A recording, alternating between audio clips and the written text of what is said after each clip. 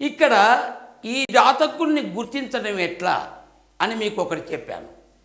ఏ గ్రహ పర్వత ప్రాంతంనైనా వేళ్ల కింది భాగం లోపట ఆయా గ్రహ క్షేత్రాల కేంద్ర ప్రాంతంలో అంటే మధ్య ప్రాంతంలో ఈ రకమైనటువంటి నాళికా రేఖలు కేంద్రీకృతం ఎక్కడైతే అవుతారో ఆ గ్రహజాతకుడు అని మనం నిర్వచించవచ్చు. 1-2 నిలువు రేఖలు ఉండాలి. మధ్య భాగం లోపల ఇటువంటి గుర్తుగింత నాళికా రేఖల ద్వారా, ఇది కేవలం కంటితో చూడటానికి వీల్లేదు. చాలా నిశ్చితంగా పరిశీలించి, చాలా సునిశ్చితమైనటువంటి పరిశీలన, మంచి అవగాహనతోని, మంచి అధ్యయన పాండిత్యంతో ఒకవేళ పరిశీలిస్తే ఇగో ఈ గ్రహ జాతకుడు, ఈయన గురుగ్రహ జాతకుడు, శనిగ్రహ జాతకుడు స్పష్టంగా మనం చెప్పవచ్చు. వీటికి ఆధారం మనకు వేళ్ళే.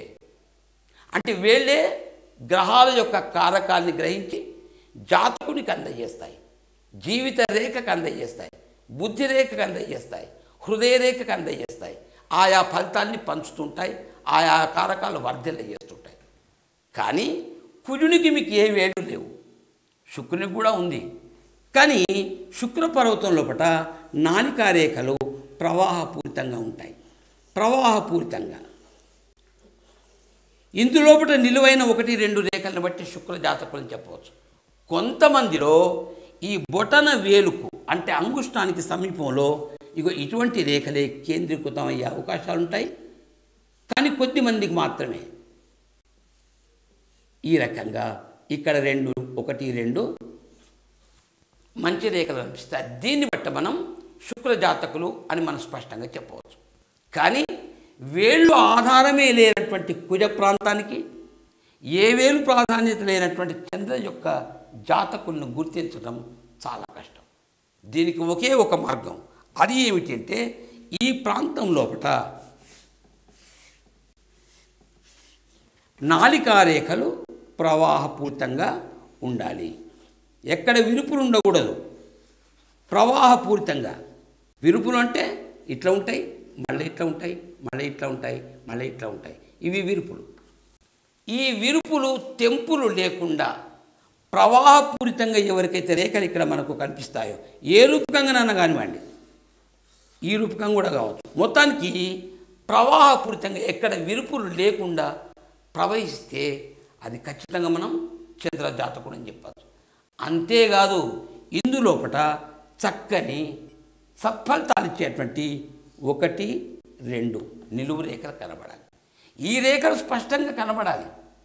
నేను చిత్రాలు వేయటం లోపట ఈ ప్రవాహ నాళికా రేఖలు మీకు ఇట్లా స్పష్టంగా కనబడుతున్నాయి. కానీ మీకు వట్టి కంటితోని చూస్తే నాళికా రేఖలు కనబడి ఒక దూర్బిన్ని, ఒక భూతద్దంతో చూస్తే మట్టుకు మాత్రమే రేఖలు ప్రవాహపూరితంగా ఉంటాయి. కానీ చంద్రస్థానంలో నిలువైన రేఖలు ఏవైతే ఉంటాయో స్పష్టంగా దృష్టిగోచరంగా ఉంటాయి. దాన్ని బట్టి మనం చెప్పవచ్చు అంటే ఇతడు చంద్రజాతకుడు అని. ఇక ఈ యొక్క కారకాలు ఎట్లెట్లా వర్ధిల్లుతాయి, ఇందులోపటి చిహ్నాలు ఏ రకమైన ఫలితాన్ని ఇస్తాయి, ఇవి చెప్పటానికి మొట్టమొదలు మనం ఒక చిన్న పని చేయాలి. దీన్ని 3 భాగాలు చేసుకోవాలి. ఊహా భాగాలు.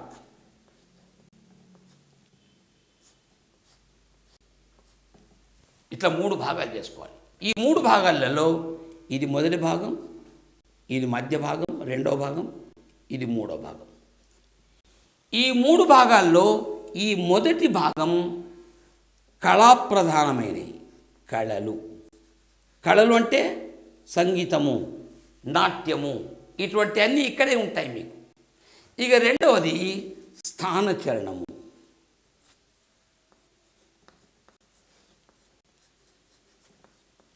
ఇది స్థానచలనాన్ని గురించి, స్థానాన్ని గురించి చెప్తుంటాయి. ఇక మీకు ఇది అభ్యాస భాగం. అభ్యాస భాగం అంటే సదభ్యాసాలు ఉండవచ్చు, దురభ్యాసాలు ఉండవచ్చు. అవన్నీ మీకు ఇక్కడ దృష్టి గోచరం అవుతుంటాయి మీకు. ఇక ఇది తీసుకుందాం, మొదటి భాగాన్ని తీసుకుందాం మనం. ఈ రేఖలు ఆయా ప్రాంతాలలో మీరు గమనిస్తే స్పష్టంగా తెలుస్తుంది మీకు. ఒక నిండైన రేఖ ఉందనుకోండి, మీకు కేవలం ఒక భాగానికి కాకుండా మొత్తం చంద్రక్షేత్రాన్ని ఎంచినట్లు. అటువంటి వ్యక్తుల యొక్క అభివృద్ధి కళల్లో, సౌందర్యంలో, రసికతల్లో, ఉపాసనలో, ఇటువంటి వాళ్ళల్లో ఎవరిని చూసినా గొప్పనైన రసికత ఉంటుంది. ఈ వ్యక్తులలో గొప్పనైన సౌందర్యం ఉంటుంది, మాట తీరు గొప్పగా ఉంటుంది, చక్కని మనస్సు ఉంటుంది. ప్రతి వ్యక్తిని తన వైపు ఆకర్షించుకునేటువంటి శక్తి సామర్థ్యాలు ఈ వ్యక్తికి ఉంటాయి. ఈ నిలువు రేఖలు ఇక్కడ కాక మీకు మొదటి భాగంలో కనబడ్డాయి అనుకోండి, 1, 2 అంటే 1 లేదా 2 కళల్లో ఆరితేరిన వ్యక్తులై ఉంటారు వారు. అయితే సంగీతం కావచ్చు, నాట్యం కావచ్చు, చిత్రకళ కావచ్చు, శిల్పకళ కావచ్చు, కళాభావం లోపటికి ఎన్ని వచ్చినా ఇటువంటి వ్యక్తులలో ఇది కనిపిస్తాయి. ఇటువంటి వ్యక్తులలో చాలామంది వ్యక్తులు సినీ కళాకారులై ఉంటారు. శుక్ర ప్రాంతం లోపల ఏ రకంగానైతే సినీ కళాకారులు ఉంటారో, చంద్రక్షేత్రం లోపల ఈ రేఖలు కనిపిస్తే, నిలువైన రేఖలు, పెద్ద రేఖ కూడా కనిపిస్తే చక్కని సినీ కళాకారులై ఒక నాయకునిగా, నాయికగా పెక్కు పాత్రలలో లీనంగా ఉండి తామే పాత్ర అనుకొని నటించేటువంటి గొప్ప స్ఫూర్తి, సమయస్ఫూర్తి ఇటువంటి వ్యక్తులలో ఉంటుంది. గొప్ప రాణింపు, గొప్ప గుర్తింపు, రకరకాలైనటువంటి అవార్డ్స్ ఇటువంటి వ్యక్తులకు వచ్చేటువంటి అవకాశాలు మీకు ఉంటుంటాయి.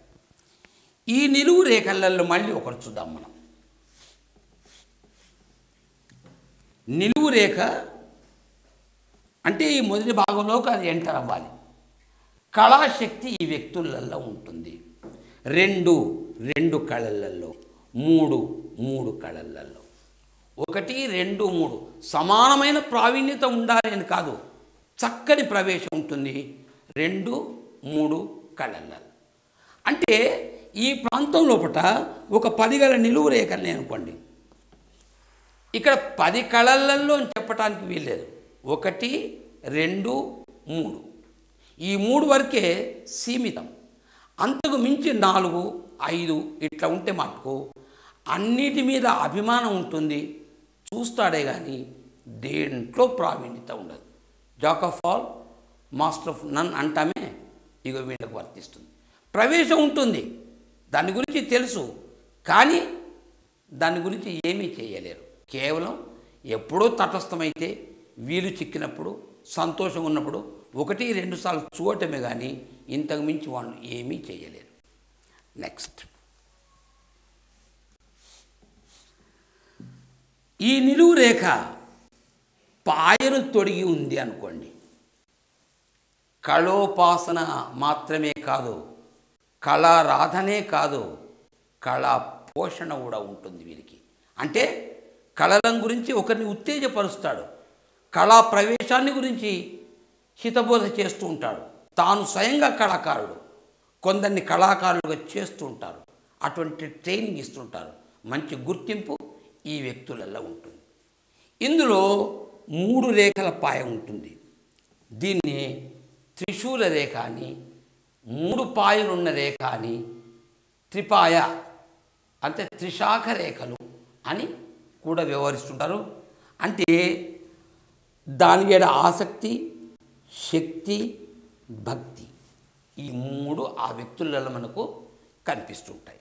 కానీ ఇవే పాయలు 3 కాకుండా చాలా ఉంటే మట్టుకు దీన్ని గోపుచ్చ రేఖ అంటాం. కళా ప్రవేశమే కాదు, కళా ద్వేషం ఉంటుంది ఈ వ్యక్తులలో.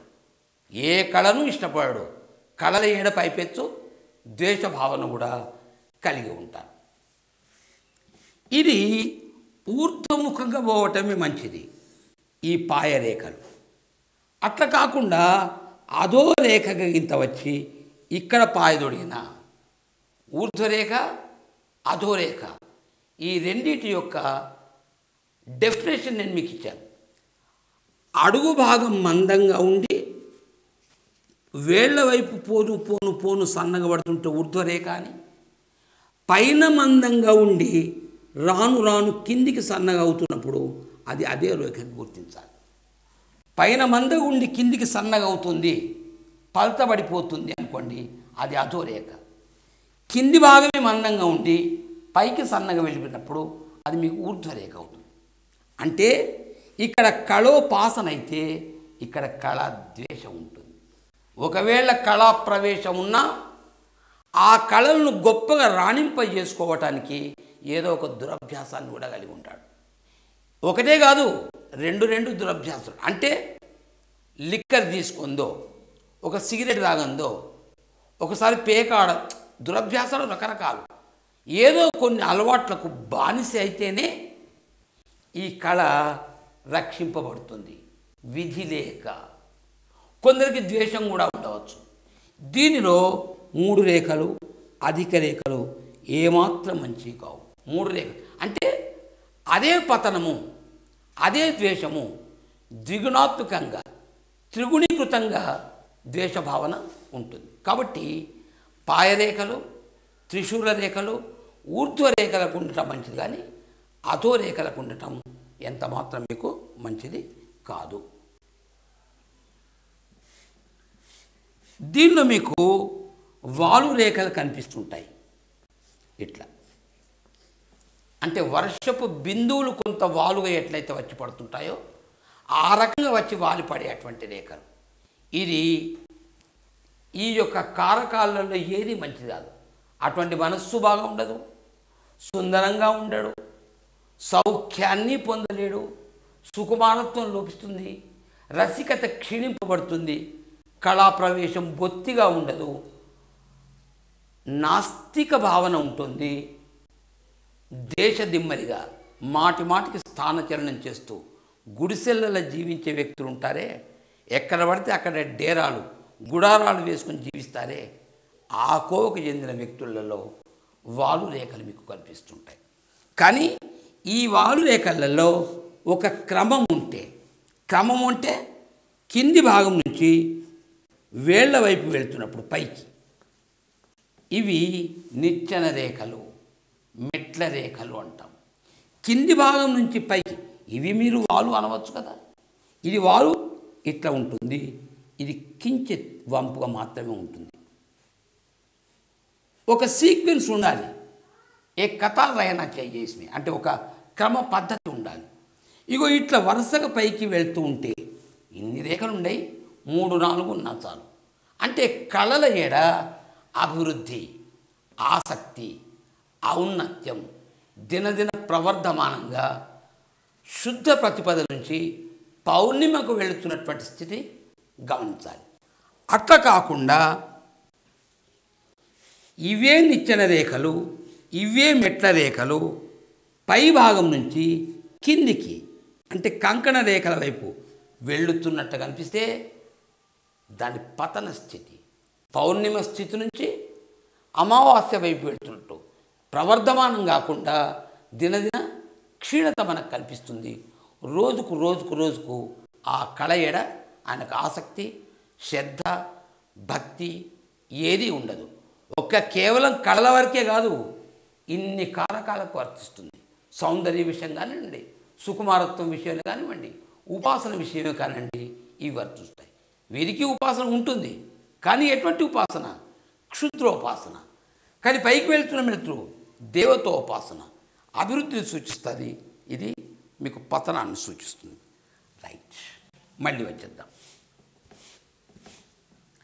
ఇకపోతే మీకు 3 భాగాలు చేశాం మనం. ఇక్కడ అడ్డు రేఖలు కళల ఎడ దురభిమానాన్ని సూచిస్తుంది. మధ్యన కనబడవచ్చు, జీవిత రేఖకు ఇటువైపు కూడా కనబడవచ్చు. కళల ఎడ దురభిమానం. కానీ అడ్డు రేఖలు నష్టాన్ని చేస్తాయి. మీకు అడ్డు రేఖలు మీకు ఇక్కడ కనిపిస్తాయి, ఇక్కడ కనిపిస్తాయి, ఇక్కడ కనిపిస్తాయి. అడ్డు రేఖల గురించి నేను చెప్తున్నప్పుడు విశేషించి మధ్య భాగాన్ని గురించి నేను మీకు చెప్తాను. మధ్య భాగం అంటే ఈ భాగం లోపల. ఇక్కడ మీకు ఇట్లా 2-3 అడ్డు రేఖలు కనిపిస్తుంటాయి. ఇవి ప్రయాణాసక్తిని, ఎందుకంటే ఇది చలనాన్ని గురించి చెప్తాయి, స్థాన చలనానికి సంబంధించినటువంటి భాగం కాబట్టి ఇక్కడ అడ్డు రేఖలు శుభాన్ని చేస్తాయి. సాధారణంగా ఎక్కడ అడ్డు రేఖలున్నా ఒక అశుభాన్ని జరిపినా ఇక్కడ మట్టుకు శుభాన్ని చేస్తుంది, యాత్రా సంబంధమైన కోరికల్ని పెంచుతుంది. ఇట్లా ఉంటే తిరుపతి, శ్రీశైలం, ఇంకా కొద్దిగా పెద్ద ఉంటే బద్రీనాథ్, కేదార్నాథ్, అమర్నాథ్ ఇటువంటి కోరికలు ఉంటాయి. ఇవి తాత్కాలికంగా సమయానుకూలంగా వస్తుంటాయి. వచ్చిన 9 మాసాల తర్వాత మాసిపోతుంటాయి. ఇంకొక 6 మాసాలకు వెళ్తాము లేదా ఒక ప్లాన్ చేసుకున్నారు, ఒక కాకతాళీయంగా చేసుకున్న నిర్ణయాలకు కాకుండా ఒక ప్రణాళికాబద్ధకంగా ఒక యాత్రకు వెళ్తామన్నప్పుడు ఒక రేఖ బయలుదేరుతుంది, జన్మిస్తుంది. ఆ యాత్ర నుంచి తిరిగి వచ్చిన తర్వాత 9 నెలల తర్వాత ఈ రేఖ మార్చి కూడా పోతుంది. కానీ ఒక విషయం జ్ఞాపకం పెట్టుకోండి, ఈ రేఖలు ఈ చంద్రక్షేత్రం లోపట 5%, 10%, 15, 20, 25 ఈ శాతం వరకు అడ్డు చూసుకోపోవచ్చు. కేవలం చిన్న రేఖ కనబడింది అనుకోండి, కోరిక మాత్రమే యాత్ర చేయాలి కానీ వెళ్ళలేరు. కానీ 15% దాటింది కొన్ని క్షేత్రాలకు వెళ్తాడు, దరిదాపు ప్రాంతాలకు మాత్రమే. 25 దాటింది మీకు చాలా సుదూర క్షేత్రాలకు, బద్రీ, కేదార్ వంటి యాత్రకు కూడా వెళ్ళే అవకాశం ఉంటుంది. ఇక్కడ చాలా గమనించాల్సింది, చాలా ముఖ్యమైనటువంటి విషయం, ఇదే అడ్డురేఖ దీనిలో సగభాగం నిలువుల సగభాగం చేస్తే 50-50% తీసుకుంటే ఏ అడ్డు రేఖ అయినా 50% లేదా 50% మించి దాటి ఉంటే కేవలం యాత్రాయోగమే కాదు, ఇటువంటి వ్యక్తులకు సముద్రయానము, ముఖ్యంగా విదేశీయానం ఉంటుంది. కానీ సరళంగా ఉండాలి, సహజంగా ఉండాలి, సృజనాత్మకత ఉండాలి, దాంట్లో ఒక రకమైనటువంటి సజీవత ఉండాలి. ఇన్ని లక్షణాలు ఉండాలి. క్షేత్రాన్ని గురించి ఎత్తు పల్లాలు గురించి చెప్పాను. అందులో మీకు సజీవత కనబడాలి. పేలిపోయినట్టు, వాలిపోయినట్టు, నిర్జీవంగా కనిపిస్తే ఫలితాలు దుష్టంగా ఉంటాయి. సజీవంగా ఉంటే, ఒక జీవం ఉట్టి పడుతూ ఉంటే దాని యొక్క ఫలితాలు ద్విగుణీకృతం అవుతుంటాయి. ఇంట్లో వచ్చే రేఖలలో అదే సజీవత కనిపిస్తే మట్టుకు ఖచ్చితంగా వెళ్ళటమే. నిర్జీవంగా కనిపిస్తే వెళ్ళే ఆలోచనలే కానీ వెళ్ళలేకపోవచ్చు, ప్రయత్న రాహిత్యం ఉండవచ్చు. కాబట్టి ఇటువంటి వ్యక్తులు ప్రయత్నాలు ఎక్కువ చేస్తే ఇంట్లో జీవం పోసుకుంటుంది. అటువంటి వ్యక్తులు ఖచ్చితంగా వెళ్తారు.